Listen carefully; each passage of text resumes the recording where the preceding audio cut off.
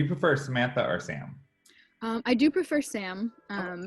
Yeah, I've just recently started owning that because I'm always like, oh, I don't mind either, but I'm like, I really do feel more like a Sam, so I'm gonna just own it. Good question, Josh. Yeah. Joshua, and I never go by that ever, except for my mom's yelling at me. In true creator form, we never really know where the conversation is going to go, and that's kind of the fun of it. Yeah, exactly. We appreciate you being on the show, of course, and taking the time to do this with us. So. Yeah. Ooh,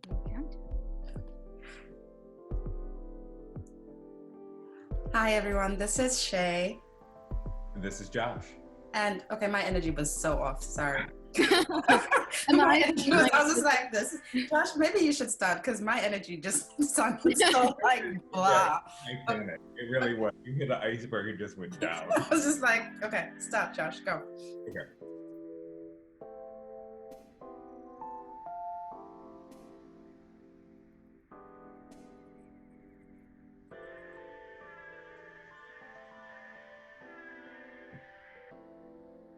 Hey everybody, this is Josh. And this is Shay. And welcome to the Creator Podcast. So Shay, I am super excited to talk to Sam today. She is an illustrator and she is just on the journey of finishing up school, and I have always been intrigued with illustrations, and especially the way that she puts message with illustration. How do you feel about illustrations? What's your passion on that, Shay? I mean, I didn't find illustration easy. I think it's really difficult. I think people don't give it enough credit. It's a lot of work. It's a lot of, thinking. It's a lot of process. It's a lot of figuring out your style. And I feel that Sam has managed to kind of bring this all together in a unique way because, typically, in drawing, you just kind of draw and it's like realistic stuff and it's just kind of, but no, seriously, but her stuff is like really unique and exciting and different. It's got message, it's got a lot, and I love it. And I'm excited to speak to Samantha about it. Well, Sam, thank you so much for being on the show. And her name is Sam Buttrick. And we are so happy to have you here.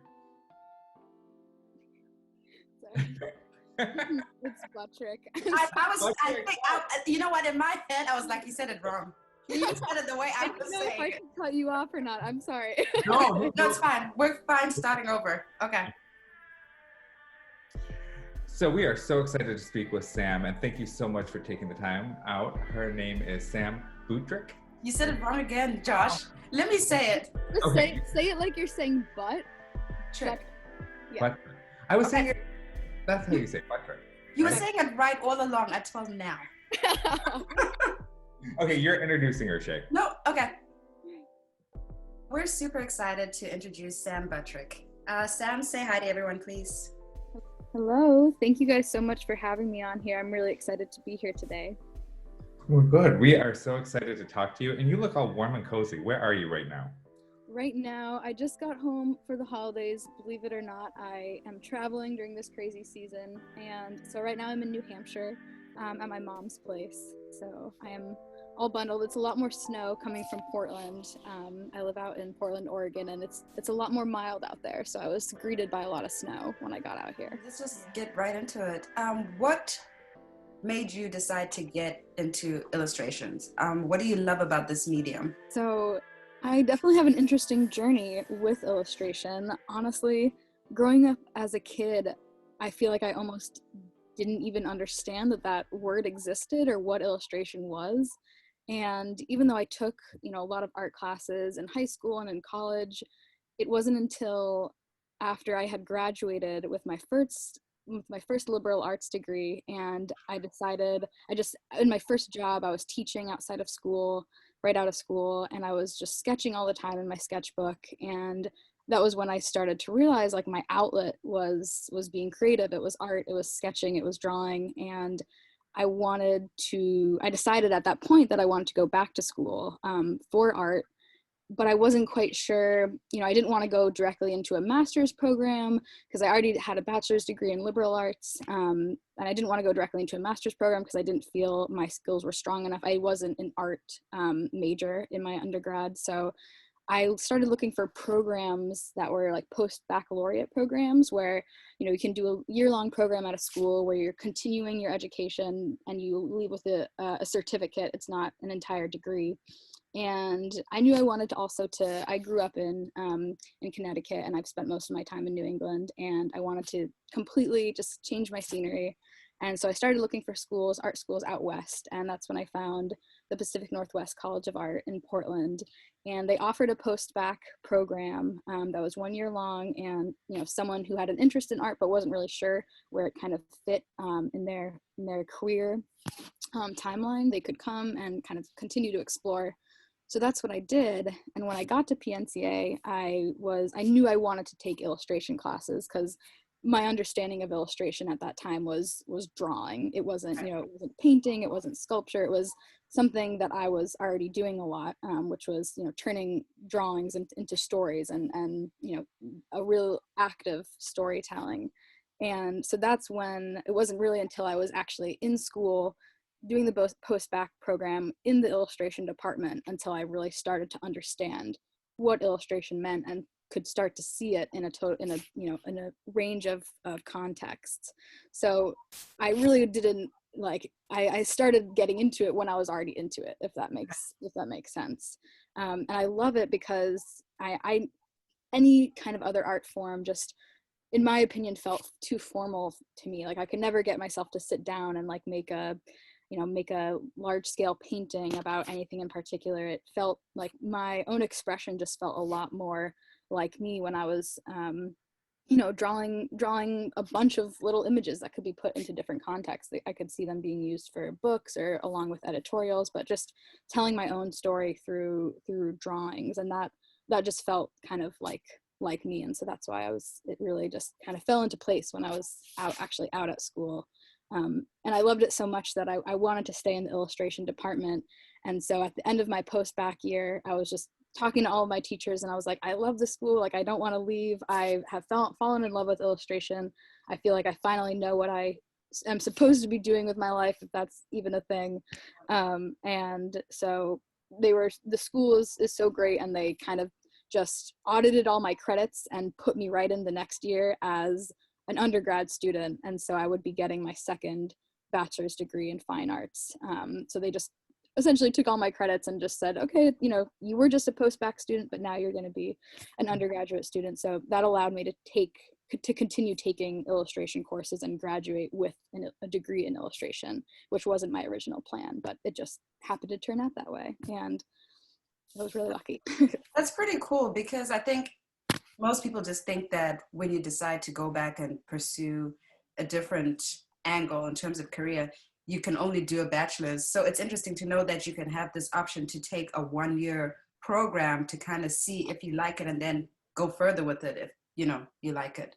Exactly. And it was the perfect option for me, because I think, you know, there's this feeling of like you need to be perfect at something in order to like give it a shot. And I knew that I loved art and it was important to me, and I loved drawing and I was good at it, but like I felt like there's a lot more to tap into there. And like I just took a chance and it ended up working out in my favor. But I think it was because I just, you know, put all my cards on the table like that and made a huge kind of leap of faith, but just really stuck with it. And I think but that type of program is really perfect for anyone who, you know, not even in a creative field necessarily, but just, you know, looking to explore an option of one of their passions that they might not necessarily think that they're, you know, good enough or strong enough to go into a master's program, like you were saying.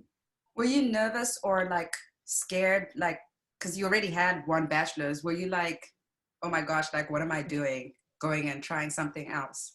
Yeah, absolutely. The conversation of talking to my parents, of telling them I wanted to go to art school after I had already, you know, had a bachelor's degree from a school out in, you know, out near home, was definitely a nerve-wracking one. But I felt it so strong in my gut, you know, for whatever reason, that I was just like missing something. I was working, you know, prior I was working with kids in a school setting, and I really, really loved that. But I needed some form of a creative expression. And yeah, I took a huge leap of faith, but I think it just goes to show that when you really listen to yourself and do something like that, it turns out, you know, in your favor in the end if you really put the passion into it. I love that. That's Yeah. giving me all warm and fuzzy inside because I'm all about that. Josh knows I'm all about that. Yeah. Exciting. Yeah. No, but that's amazing that your journey has taken you down this route and you've allowed yourself to be open and vulnerable and allow yourself to have that time. And, you know, I think a lot of people push themselves so fast through college. I mean, I did a bachelor's in 3 years. I mean, I wish I would have took more time for myself in that period to allow myself to take my art further, you know. And I think that's really smart that you did that. And we love your illustrations, and, you know, looking at them, do you create them mostly in digital format or do you sketch them? You said you sketch a lot, so do you start with a sketch pad and then take it to digital, or can you give us a little bit about your creative process and how you do typical illustrations? Yeah, absolutely. So until I had gone back to school out at PNCA, I had no concept of digital art at all. I was just, you know, sketching all up until then. It wasn't until 2 years ago that I actually even opened Photoshop for the first time and started drawing with a tablet, and, you know, started to understand how I could translate, you know, my pen and paper to a stylus and a tablet and a computer. So I started with Photoshop and learning Illustrator, and then once I got Procreate on my iPad eventually, and it just completely changed my process because the program itself is so intuitive, but then also having the ability to travel with my tablet and have, you know, just my stylus and be, you know, I can be on a plane and I can be essentially painting on my iPad, or, you know, drawing on my iPad and making something, you know, really, really creative that it is just so versatile of an option. And so I think it is, like, I try to keep in mind, like, you know, sketching and working traditionally is a really important part of my practice. So when I have breaks from like school projects, which now I will not have going forward, but when I have breaks from bigger projects, you know, that's when I like to really get into my sketchbook and explore. And I feel like that's where my style kind of evolves, and my interest in what the kind of content kind of evolves, and then it's all executed digitally. And so I'll take like some texture. Sometimes I'll scan in textures and use those. But most things do start in my sketchbook and then get brought, but everything is finished digitally. So I like So creating the two. tell me what program that was again, because I've never heard of Yeah, it. exactly. I was about to ask the exact same question, Josh. Oh my God, yeah. Procreate. Oh my goodness. It's amazing. It's a game changer. It's for the iPad, so, which is the only kind of, you know, caveat. You do need to have an iPad to use it, but the program itself is only one payment of $9.99, which is pretty awesome. It's less than $10, and it has. For now, we'll see what Yeah, happens. exactly. That's true. For now, exactly. But it has, you know, it feels, like I said, it feels super intuitive. It's similar to working in Photoshop. You have a brush library, you have, you know, an entire color spectrum, you have layers, you have editing functions, you have clipping, you have all of the same tools that you have in Photoshop. And so it just changed my workflow because I was able to just, you know, hold it in my hands and draw on it as if I'm drawing on paper, except I have an access to a whole library of different, you know, settings and effects and ways to kind of, you know, layer things. So I totally recommend it as a program. Is that an Adobe program? It's not an Adobe program, and so that's really, you know, why it's kind of coming, it's on the rise, I think, for a lot of creators right now who do work digitally. Procreate is definitely taking over as kind of the main platform, and it's just because you do have the option to export files as PSD files still from Procreate, and so you can also import Photoshop files into Procreate, and so you can easily work between the two, except that Procreate is just much more of an intuitive platform. It's more accessible in terms of its price, and it's easier for young creatives, especially like me, to kind of access it, besides having the iPad, which I said is kind of the only caveat, but it's definitely a super efficient and an effective way to work, for me at least. The iPad, $2,000, the program, $9.99. Exactly. I have a technical question for you. So because I'm not an illustrator, but with Photoshop, so you would do your sketches and then you scan them and bring them into Photoshop, because I know that when I try or attempt to do illustrations, I draw them or take an image and bring it into Illustrator and then draw around it, but it never comes out the way I want. Like, it's a lot of work to figure out the brush stroke, which brush stroke to use, and then I just give up. So that's why when anybody asks me, will you do an illustration? I'm like, no, because it's a lot. So I'm fascinated at like your process, like when you do use Photoshop, how do you use Photoshop as an illustrator? And then how do you use Illustrator as an illustrator? What's the difference between the two? Right. Well, it's funny because even though, Adobe Illustrator sounds like it is for illustration, it really is kind of counterintuitive because it's a vector program. So it's not really intuitive to drawing. And so I only have a little bit of experience with Illustrator as the program because I also couldn't really, that wasn't really how my brain worked. And so I needed to find a program that mimicked how I sketched on paper, which is why, like you're saying, like when things get kind of lost in translation and they're not looking like how you drew them on paper, like for me, that's where I'm like, all right, this is, I need to find a way to streamline these things so that when I'm working digitally, it feels just like I have my sketchbook and I have access to, any materials around me. And that's why in Photoshop, but more so in Procreate, because like I said, I do strictly work in Procreate at this point. I have, it's all about, experimenting. Like I'll sit there and I'll be sketching with my stylus as if it's a pencil on paper. And I'm not afraid to, use the undo mark, and erase something. It's so quick, and efficient when you're just trying to tweak things.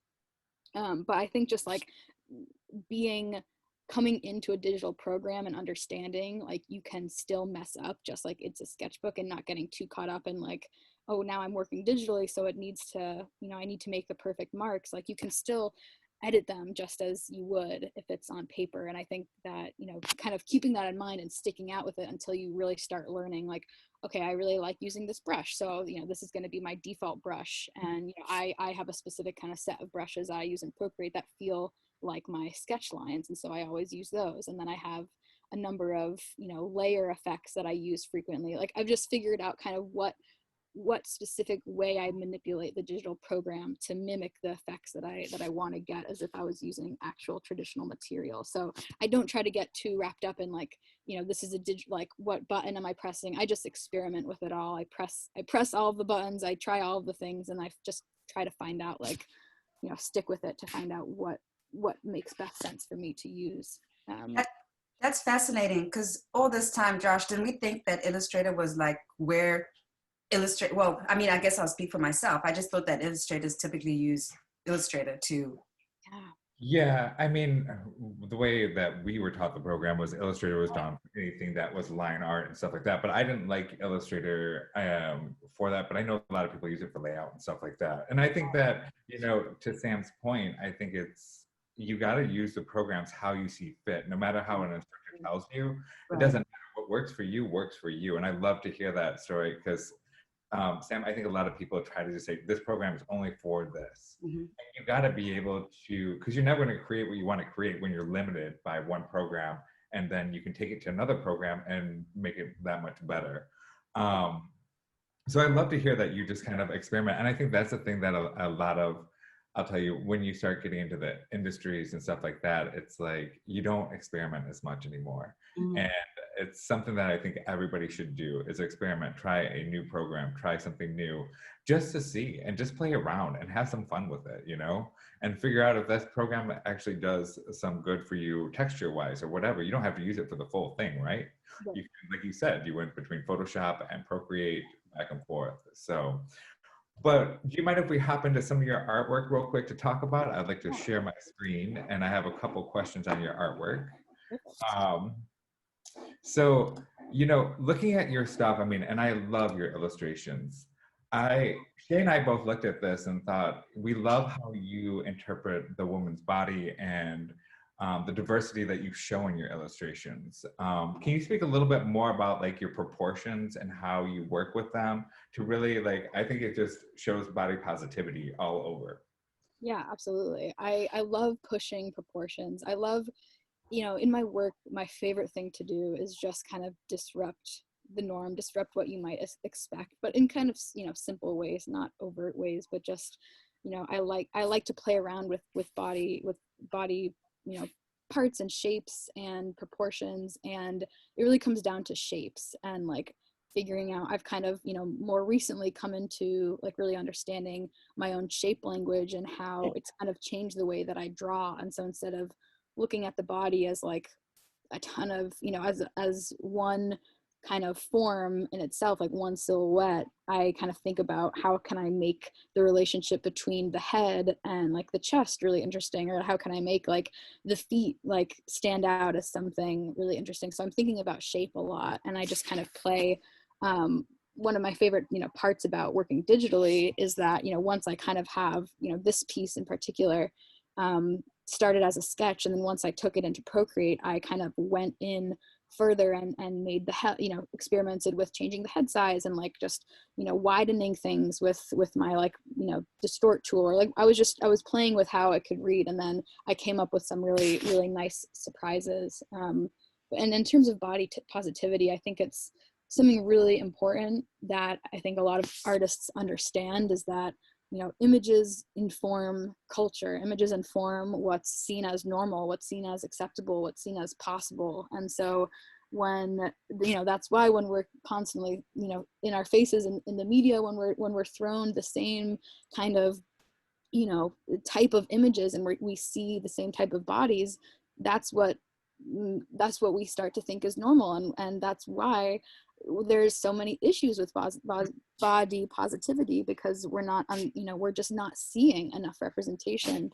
And so I think that, something that illustrators really capitalize on is making images to affect change, by just putting things out, showing things, showing what's possible, showing different types of bodies, showing different types of love, showing, just showing what's possible and what's normal. And so I think that's what I like to keep in mind a lot when I'm working with bodies, or when I'm working, thinking about, how do I want to, how will the skin tone that I put on this person kind of affect how the image is read, or like why, if my immediate instinct is to draw, like, a white person because I am white, like why, how I question that. And I think like, what would this do in the image if I, thought outside the immediate box. As a queer person myself, like I think about that a lot too. I think about showing, how I can show, love in different ways and unique ways, and just, it's continuing to like, disrupt, just like white heterosexual norms in any way possible. So I continue to do that with not only body proportions and shapes and body positivity, but just, trying to have a diverse depiction of life, in my work. We love it. We absolutely love it. So let me ask you this real quick before we jump onto the next picture. Does someone have to have a complete understanding of body proportions, like, when you do fine art, in order to try and do something like this? Do I need to know exactly how to do a perfect figure for me to be able to distort proportions? I'm going to be bold and say no, because, I never felt confident in the way that I drew bodies until I started playing around with them, because I felt like I was in this box of like, I need to make these perfect. I always struggled drawing hands, and I was like, Oh my God. why do I, Yeah. how? And so I just found myself being frustrated. And it's like, when you harp over something like that, like, oh, I can't draw this hand, that sincerely takes away from the creative energy that is supposed to be going into the image. And I just felt myself constantly being frustrated by like, why do I spend so much time and energy trying to make sure that my, the way that I'm drawing a body is perfect, when that's not what art is about in the first place. And so it's kind of, so my unwillingness to learn like perfect proportions kind of went into this road of really stylizing things. And now, but it's funny though, because now that I really have, stylized my, the language that I use to draw bodies, like I do see how I I do understand proportions now by going off track a little bit and kind of distorting them a little bit. But so no, I don't think you need to understand how to draw a body. Yeah, she did it backwards. You do it backwards. You're like, I'm going to distort this, and now I can understand it. Yeah. That worked for me. So I think it just goes, continue to don't, get so hard on yourself that you can't draw something perfectly, and that stops you from drawing that altogether. And I just constantly felt like, why do I, who am I trying to appease by drawing this perfect body when I can, find a way to make it fun and interesting? And of course, I'm inspired by so many other illustrators that I follow, and just, I'm following in the footsteps that I see of other people before me, doing these things already, and experimenting with shapes and sizes and body proportions like this. So it's a mix of influence and inspiration, and also just me wanting to disrupt the norm of how I felt like I needed to draw them to begin with. I wish someone had told me that in college, because I struggled so much. Josh, what were those classes that we did where we did the body drawing? You know how much I struggled trying to get the perfect proportions of body, feet, hands? Like, it was a lot of pressure. I wish I had just thought outside the box like Sam. Who knows where I would have been with my illustrations now too. Yeah, it is a lot of pressure. And when you it's like when you look at this image, like this image that we're looking at now specifically, like, this is just a weird, like looking even at the foot, like it's just a little strange little arch and a thing I did. Like I'm not really thinking too much about it, and I'm thinking about like looking, kind of squinting and being like, does this still look like a person? And as long as the answer is yes, I just keep going. Beautiful. Well, I love that part about it, because I love that when you said earlier that you had to think outside for even skin tones and stuff like that.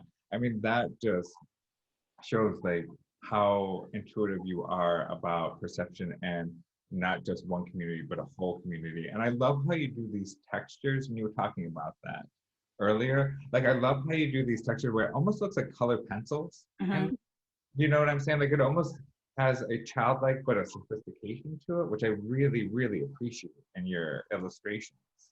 Yeah, that is a line that I am constantly trying to, balance between child friendly, where that any young person could look at it and be drawn to it because of the colors and because of the fun shapes, but also, the message in it is really applicable to anybody. And with this texture specifically, this is, like I was saying earlier, I do sometimes, scan in some of the traditional textures that I might have made, but even with this, like, this is just me actually coloring, essentially coloring in like this photo, or this image that I was working in. Like, this texture is just coming from, my marks of how I'm drawing with the brush in Procreate. So this specifically is not even like an added texture on top, like this, kind of in this black background, like that's just how I'm filling the color. So you just scan that in. That's just you.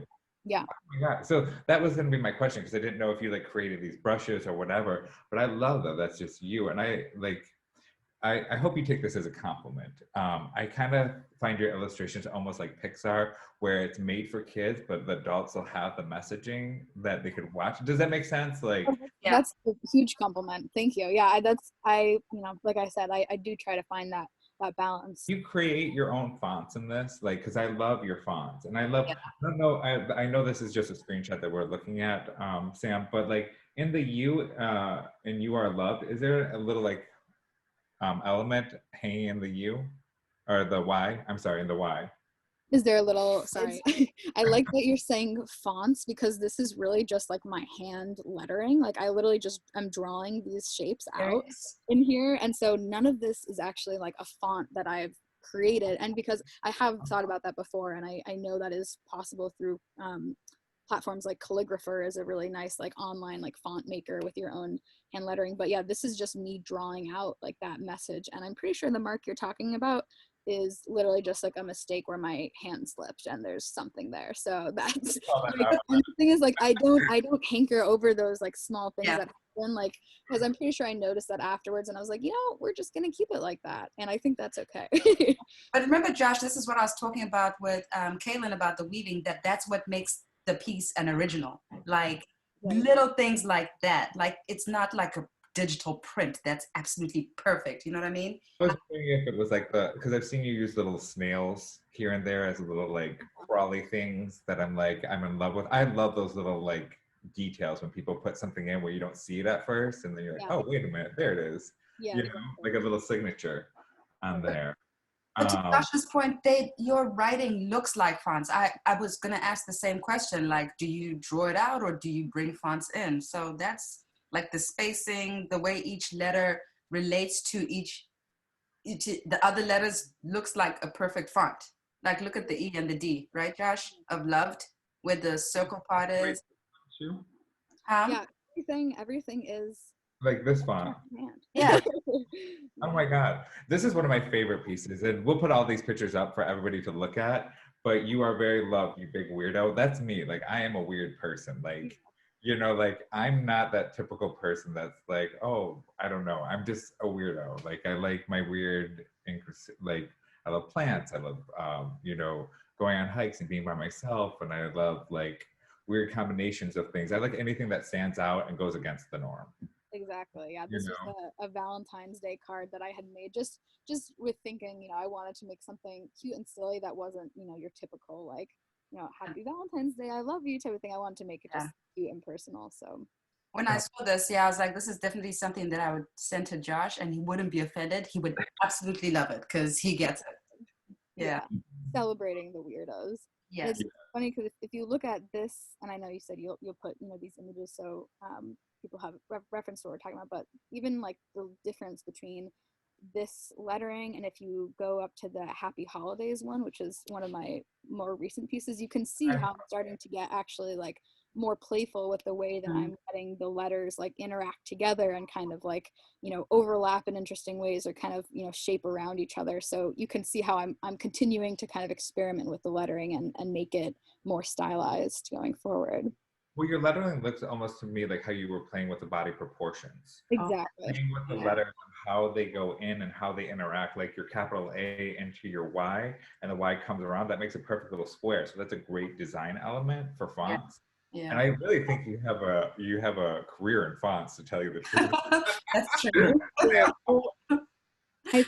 I think that people get too, you know, because there definitely are illustrators that work, you know, incorporate a lot of hand lettered messaging or just typography work, but I think people get a little scared and don't remember to think about like the individual letter forms as just like a shape, as a symbol, something that you can manipulate and make more interesting. I think people just get too scared with like they write, you know, it has to look like their handwriting, and I'm like, no, you know, each little letter is an element that you can play around with and push and continue to, you know, edit away at, and you just have to think about it like the you know the word or the phrase is a design element. And I think that's, people get a little, you know, intimidated at that at first, but you just kind of think about it in that way. Well, and it was also nice how you have the proportions between the holidays with the H, O, and L. If you took that away and you put too much spacing, that L could read a J.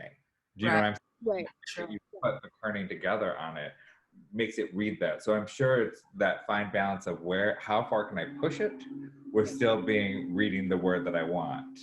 Yeah. So, Sam, how do you pick your color palettes? Like on the previous picture, though, you are love, right? Someone would probably typically do like a blue background, right? But you chose black. So like your color choices are wonderful. I know that's not like an art way to describe something, but they're just nice. I just like that. I love it. I enjoy it. It makes me feel good. When I look at your work, actually, the colors make me feel good. I don't know how else to explain it.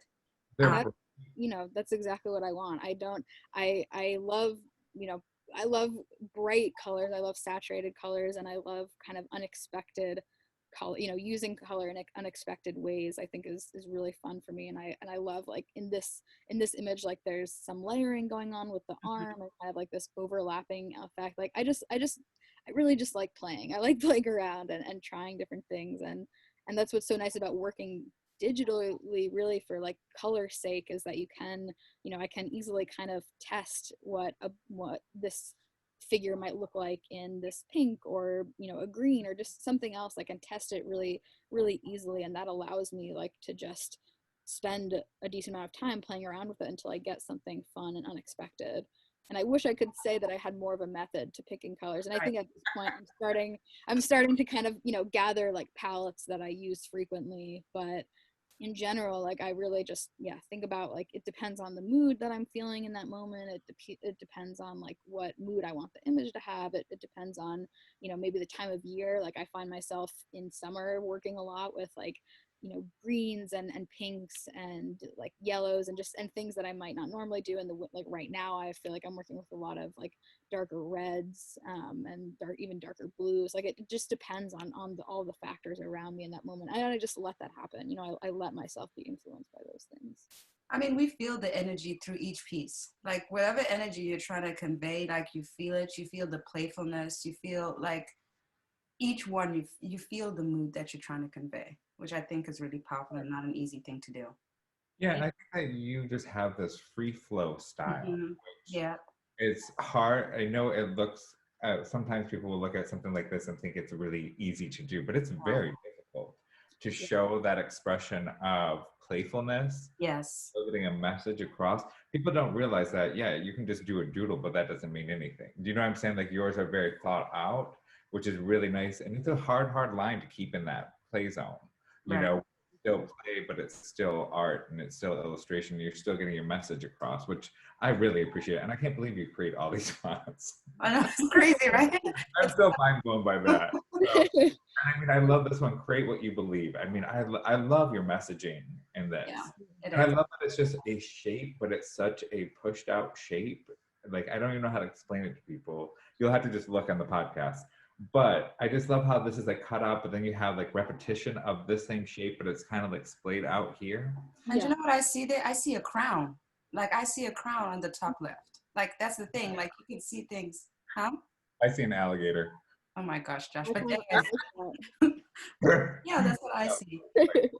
But so trying to go back on track because we're like so into your work. Tell us about your art school experience, because Josh and I graduated like a while back. We're not trying to give up our age, but graduated a while back. And are there any common fears or concerns you found yourself to have or your peers to have as they go into, get ready to go to the workforce? I'm sure the concerns are different from when we were in school, because they would tell us when you got in, we've got a 90-something% employment rate. As soon as you get out, you'll get a job. And, that's not always true. Again, that story. and then you add in COVID, and then it's like, did it affect you for good or bad? Because it could have had, having that time, could have been a positive thing or a negative thing for someone graduating. Yeah, absolutely. Well, I'll start with the COVID part because that's definitely most prevalent and recent. And I think I got particularly lucky because I was working on my thesis, lucky and unlucky because I was working on my thesis project when COVID hit. And so I had this really big like source of energy that I could kind of draw from during COVID, during quarantine. Like I had a really big project that I was dedicating a lot of time to. So, in a way it was kind of like a positive change. It definitely, of course, like the negative effects that COVID has had on anyone, not having, your community around you totally changes how you create for sure. I missed, these last 2 semesters, we had a lot less, critique from our peers, and I'm used to sitting in a environment of other creatives and, some of my closest friends, and just working together and, showing each other our work and be like, what do you think about this? What color, do you think the colors are good? Just those questions that you have, when you're working. And I miss having that kind of sounding board, because it's different when everything is virtual. We can do on-screen critiques, but everything just feels different. So it was, I was lucky and unlucky in a lot of ways. But in terms of, my kind of cohort of graduates and going out into the world and thinking about our careers, I think that one thing that a lot of people amongst myself in the illustration department, because, we have a pretty close-knit community with doing our thesis together and graduating together. One thing that's a pretty common theme among all of us is just this feeling of like, the illustration department was trying to put us into, you know, a box of like, you know, everybody has to do editorial work or you have to do picture book work. Like even still within art school, even though the amount of opportunities I think for illustrators has really greatly expanded, I think art school still tries to put you almost in a box of like, what is your style, like what is your career goal, is it editorial, is it publishing, like whatever it is, like head in that direction. And amongst my peers, we definitely had a strong sense of like wanting to not rebel against that, because it's not even something huge to rebel against, but just kind of understand like, you know, we don't need to try to fit into these boxes. There are a lot of opportunities for, even though it might not seem like it, like there still are so many opportunities for creatives out there. But when you're constantly told like, oh, you can only, like, you know, your work is going to be best for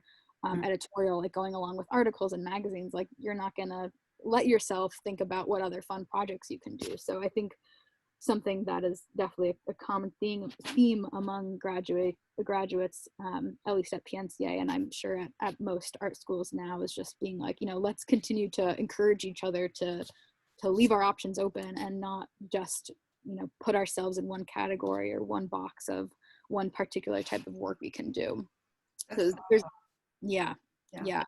Well, I think that's awesome, because I think that like if you allow yourself to, you don't know what you're gonna miss. You don't know if like Nike's gonna call to do a box design or whatever. You gotta be able to take that. And is it still, when we graduated from art school, illustrations did not have full-time jobs. Illustrators did not have full-time jobs, which I always thought was very, how do you get your work and stuff like that? And I have some friends that are illustrators that are very successful, but they are 100% freelance.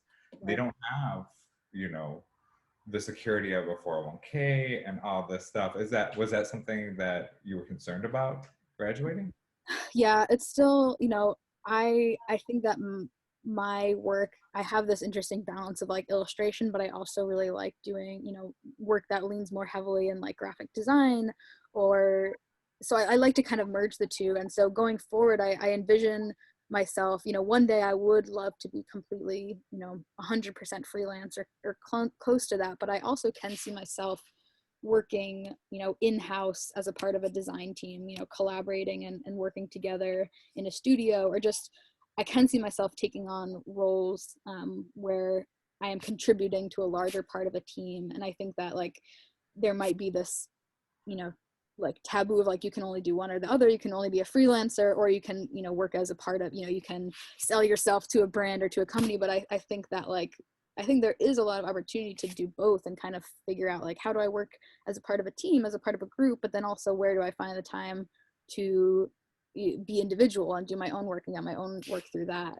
So going forward, you know, I do have a couple of projects that I am a little bit like, that I'm getting excited about going forward, that I've started to see, you know, how I can reach out to clients and start building relationships with people. I think that also the area that I'm in, like being in Portland, is super helpful for that. There's a huge, really vibrant art community out here, which is amazing. And I think that helps too.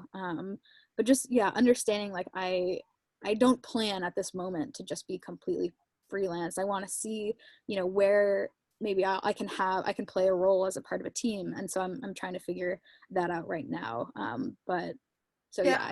Yeah, I mean, I think to your point, we shouldn't put ourselves in boxes in any capacity, because anything is possible. Because I know when I was working for a magazine, I was doing graphic design, but a lot of times we hired illustrators for certain things. So for some team, that would be a great asset to actually have someone who's a graphic designer, but also does have illustration, where you don't have to now go hire someone. So I think the opportunities are actually endless, and who knows, like you might get contracts whereby people will hire you for your illustrations and pay you a lot of money for that, and you might end up being full-time illustration. So I just feel like we shouldn't, like to your point, put ourselves in a box, because there are always opportunities that present themselves that sometimes we don't even expect.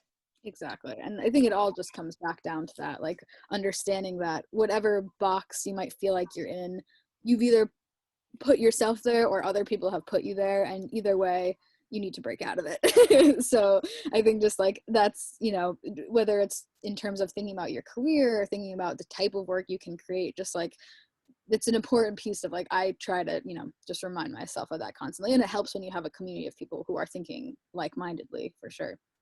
Well, I also think that like illustrators get, it's a hard career, but it's also so rewarding. But then again, I feel like it's underappreciated because it's not as commoditable as, like, let's say a graphic designer or an art director or whatever. But I think it has so much more impact on it than a creative director or whatever, because it's really your idea bringing a story to life in those editorials or in a children's book. And I think that, like, you know, of course, children's books are, of course, the biggest one, of course, but there's illustrations all over. If you start looking, they're everywhere. I just saw this whole new milk carton design that this illustrator took, and you line up the milk cartons in a grocery store, but you can turn them and the cat moves on the Ooh, mouth.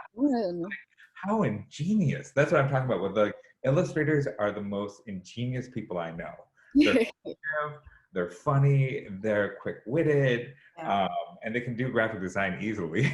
I think even illustration, the way it's seen has changed from when we were in school to now, because clothing has taken on illustration. You know, cards. I've seen a lot of it on clothing, I'd say, and even branding. Like, I can't think of anything off the top of my head, but a lot of branding, like, companies have gone like with illustrations. Like, I think when you see some of the Louis Vuitton stuff, they bring in illustration. Like, illustration is becoming, I think, more mainstream than it used to be a few years back, and people are finding different platforms to bring that authenticity and uniqueness and creativity that only illustration can bring, you know, that free flow. Yeah, exactly. I think that just so many people often forget, like, because images and illustrations and designs, like, are everywhere, and when you really start looking for them, you see that. But like, I still constantly get asked like, oh, you're an illustrator, like, what does that even mean? Like, so you do books? And it's like, well, yeah, that's part of it, but like, I draw pictures basically, and those pictures can then, you know, turn into any, you know, a whole number of things. But like, people forget that, you know, everything they see in the world comes from someone's hand, or someone's, you know, them working on a you know, on a software, on a computer, whatever it is. But like, the things that we see in the world don't happen in a vacuum. Like, it was someone's creative decision to make those things come to life. And when you're not an artist and you don't think in that way, like, it's hard to remember that that's the truth, that everything you see was designed by someone, was drawn by someone, it was someone's idea. And I think that, that's just important for the general population to keep in mind. So, go ahead, Josh. Sorry, what do they say? That there's no original idea anymore. It's always built off of somebody else's idea. And that also, like, nobody can think of an original thought because our brain doesn't work that way. You have to see something and then you change it in your head. So there's that whole philosophy of like, I think that I have a style, and I think we all have styles, but we all pull from what we see in the world, right? 100%. So, and on that note, some of your work we've noticed is kind of political. Do you ever worry about that stuff, like putting that stuff out? Because I know how it is, like if you're doing like PSAs or something like that, when you put something out, you never know how the audience is going to react to something that you do. Do you know what I'm saying? Like, do you ever get like nervous about putting out like this piece here, no justice, no peace? Like, yeah, I mean, it's definitely been more recently that I've started to incorporate, like, you know, political sentiments, or just really put my own opinions into my work. And sometimes it happens more like explicitly, like in the No Justice, No Peace design that I did, and sometimes it's just more of like implicated, like in the vote poster that I did, like, but I've started to get more comfortable with it. And I think that I've realized that, you know, I used to think that I didn't want like a specific audience, that like it was okay to kind of appeal to the masses, but then you kind of realize like that doesn't make things special, that doesn't make things unique, that doesn't render like a design that someone's gonna feel that they connect with like on a real personal level, when it's just something that anyone can connect to. And so realizing that and being like, you know, I do want to have my voice in my work. Like, where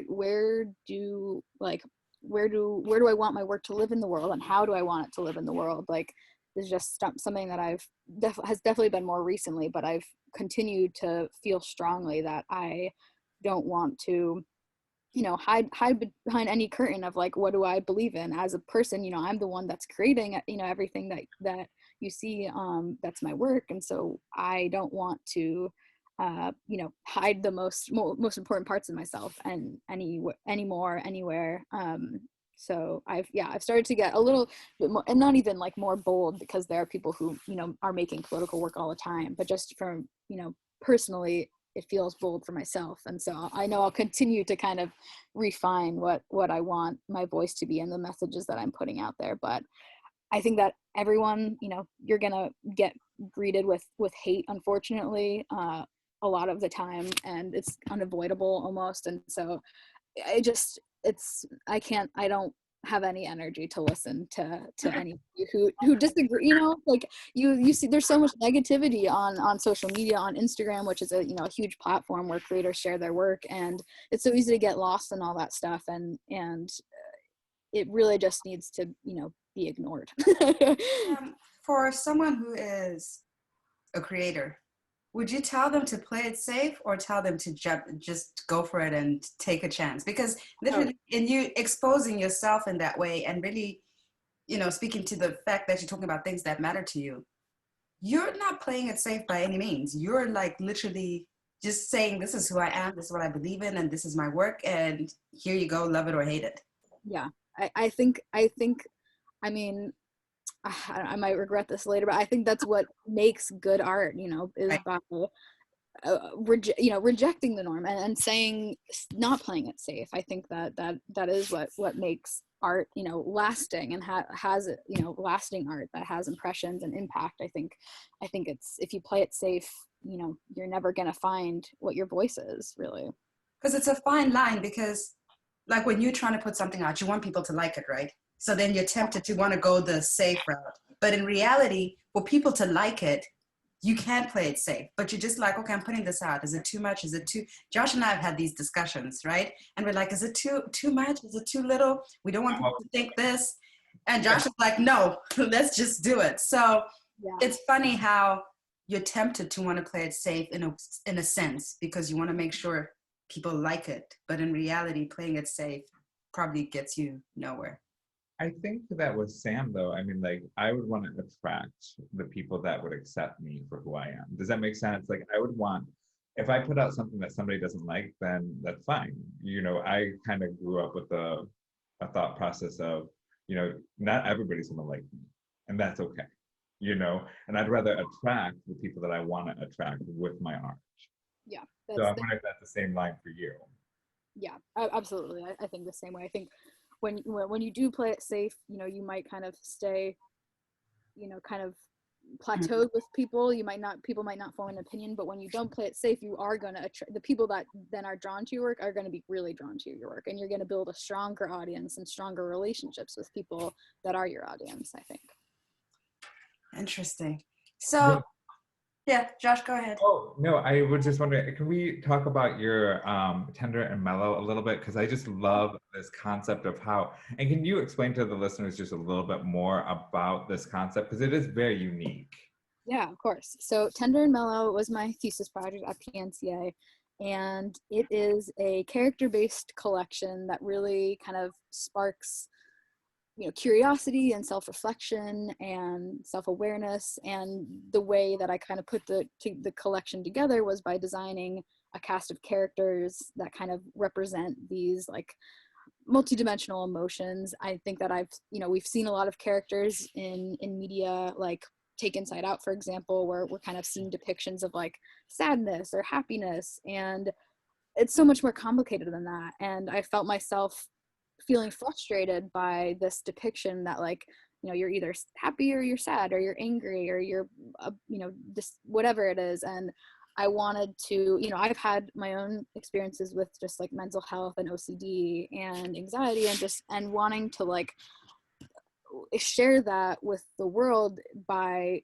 through creating characters that might relate to other people in the same way. So some of the feelings that like my characters embody are like loneliness and like guardedness, but also like hope and curiosity. And so more more like intricate and like complicated experiences that you feel, at least that I feel within my mind. And so then I took these characters and I made a bunch of designs with them, and I included hand lettered messaging.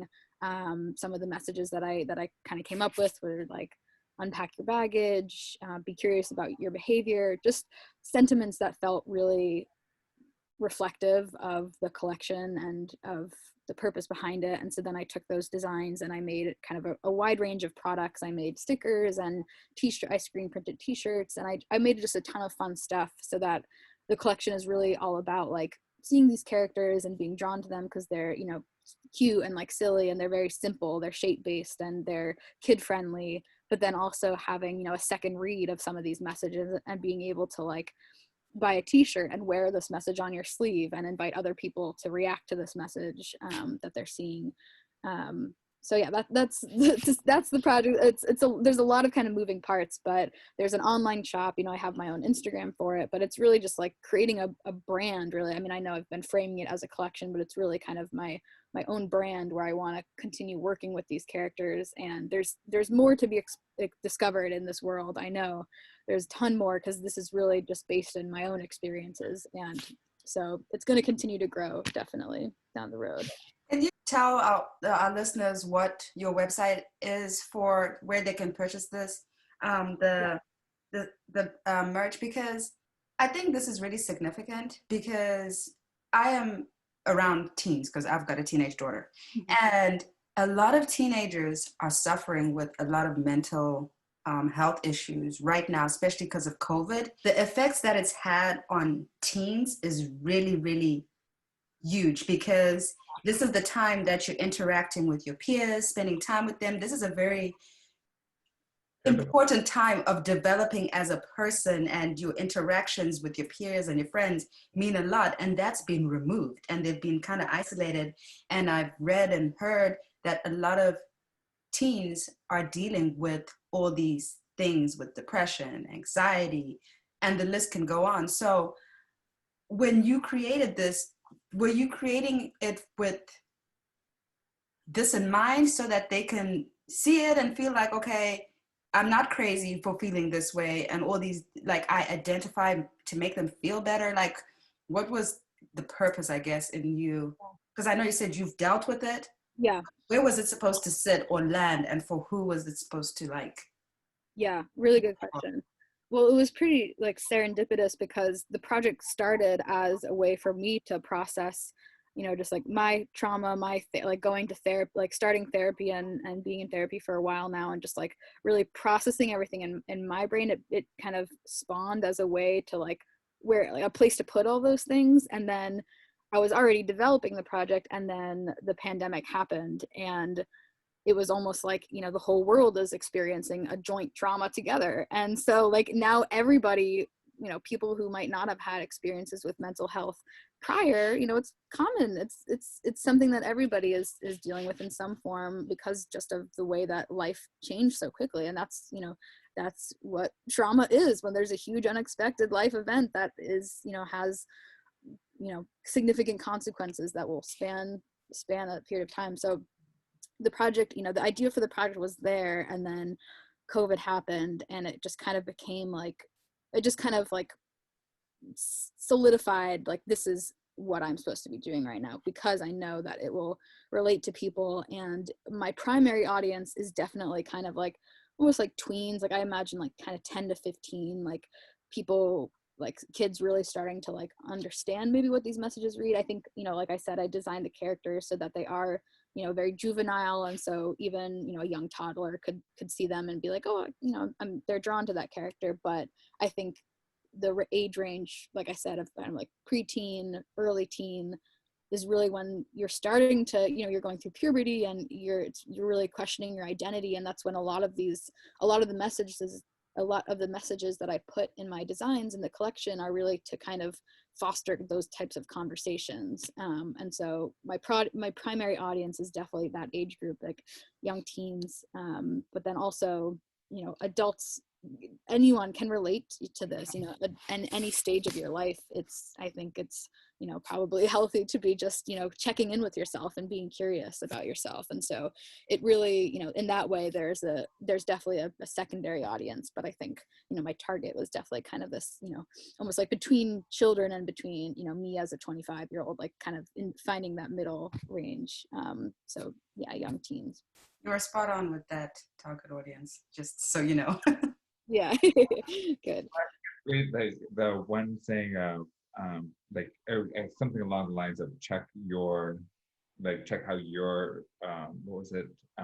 It said check your, like something like check in with yourself or with your feelings. What was it?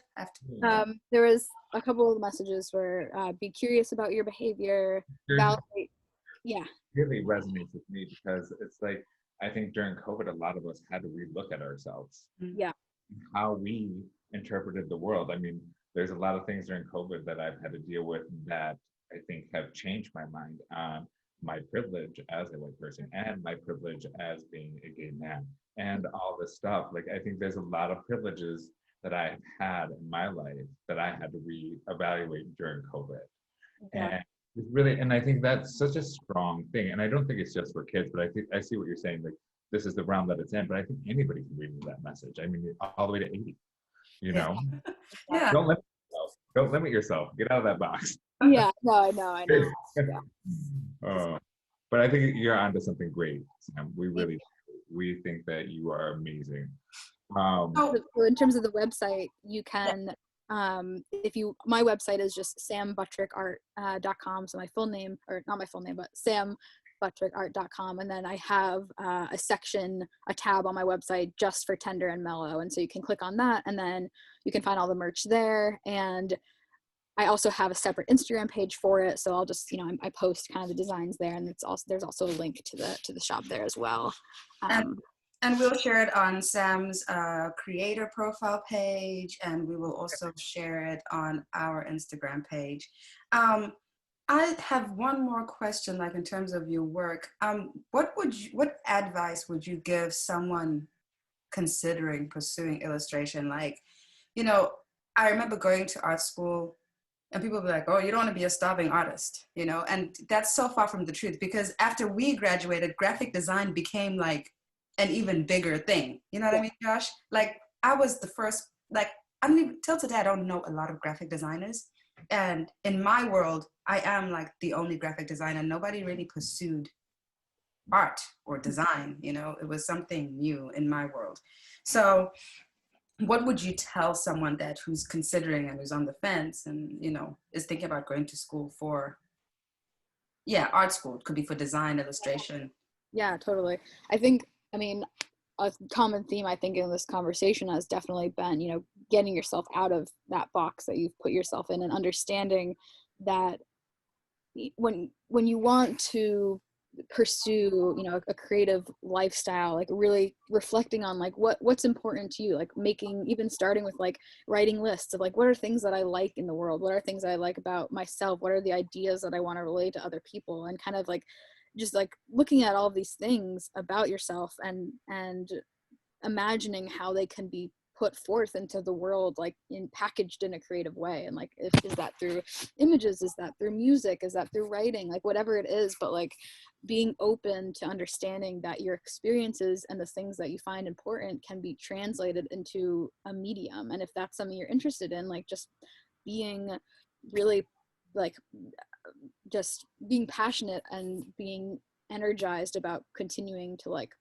find what your specific purpose is, and not really, not listening to the advice of others, but not getting too caught up in like, well, I'm not good enough, I'm not talented enough. Like, you don't need to wait for that green light, like to do anything, to start creating anything. You just have to listen to your own intuition. And if you feel that you have stories to tell, then you probably do. And you should go out there and do it, and find what way like is most effective for you to do that, and what reflects like the type of life that you want to lead, I think. And so I would say to anyone, be bold in your pursuit of what you want your voice to be, and what kind of impact you want to leave on the world, I guess.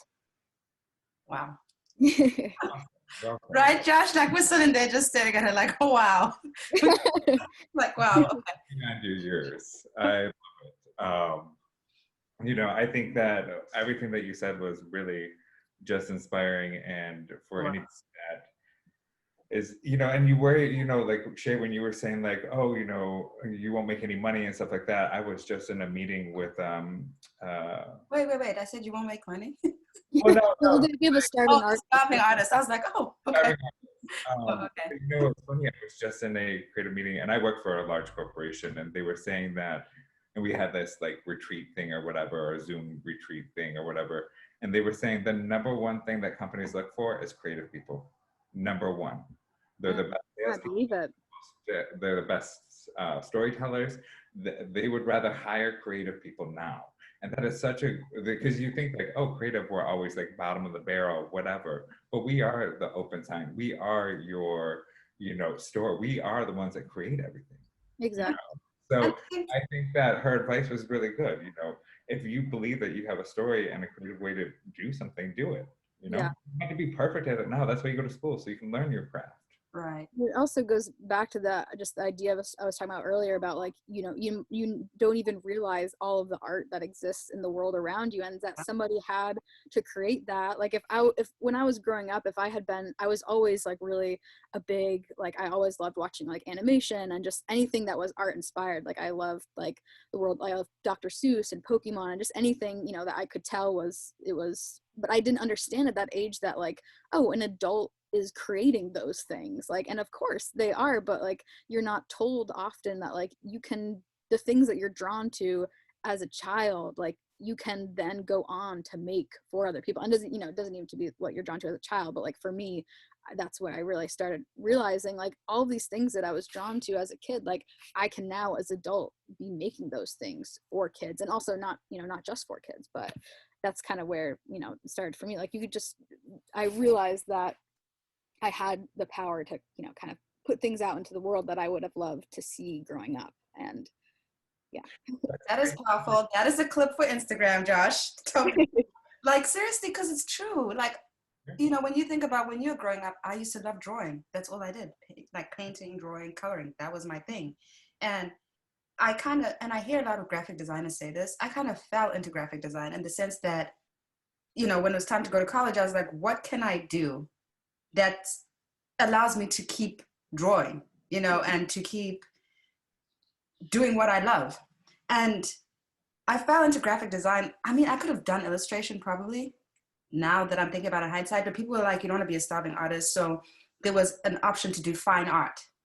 So I was like, I'm not going to do fine art. Like, I'm not just going to be drawing people, like, and people were like, oh, you can't make a career out of that.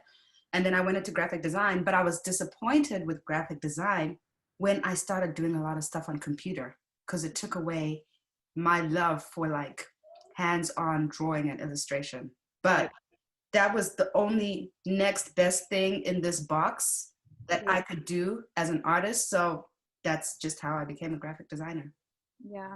And it's like, it's almost, I don't want to say like it's sad, but like it is almost that you like, you know, that you felt like that was what you had to do because it was the next best thing or something. And it's just important for people in that position, like where I am leaving school, to just, you know, understand that you can continue to combine different facets of being creative. Like I, you know, was saying earlier, like I don't have to just be an illustrator. I also love printmaking. Like I do a lot of screen printing and reso printing, and I even have done letterpress. Like I like to continue to like see what facets of art like interest me and how I can then bring those things into my practice, you know, my mainstream practice like of illustration, but like all those other things that I do in the background like inform that. And so yeah, it's hard. It's definitely hard when you know, are when you are presented with like the next best option, because you haven't been, no one has told you other ways that you can make money doing what you actually really like to do.